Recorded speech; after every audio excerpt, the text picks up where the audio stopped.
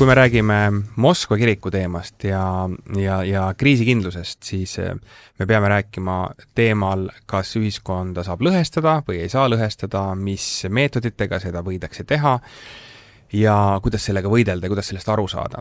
Ja Ringo, sa oled seda asja uurinud pikki aastaid, nii usundeid laiemalt kui siis nüüd ka kitsamalt seda Moskva kiriku teemat. Ja Moskva kirikul ma pean siis silmas nüüd siis selle uue nimega Eesti Kristlik Õigeusu Kirik nimelist institutsiooni. Kas nende kohta siis võibki täitsa otse öelda, et tegu on ikkagi organisatsiooniga, kes lõhestab Eesti ühiskonda? Võib-olla see kõige õigem viis oleks öelda seda, et Eesti Kristlik Õigeusu Kirik on osa Vene Õigeusu Kirikust.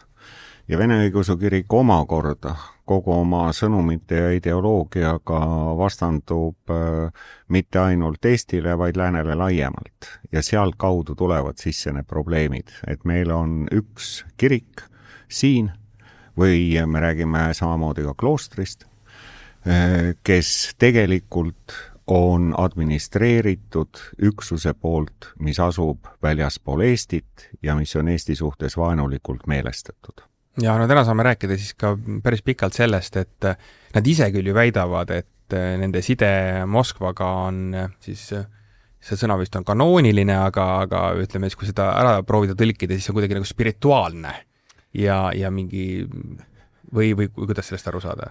Jaa, see sõna kanooniline on selline, mis tavapäraselt tekitab tunde, et tegemist on millegi müstilis-fantastilisega ja midagi, mis on ainult vaimne, aga tähendab tegelikult, kui me vaatame nii-öelda seda religiooni välja, siis religioonis on täpselt samamoodi teatud reeglid nii-öelda kirja pandud.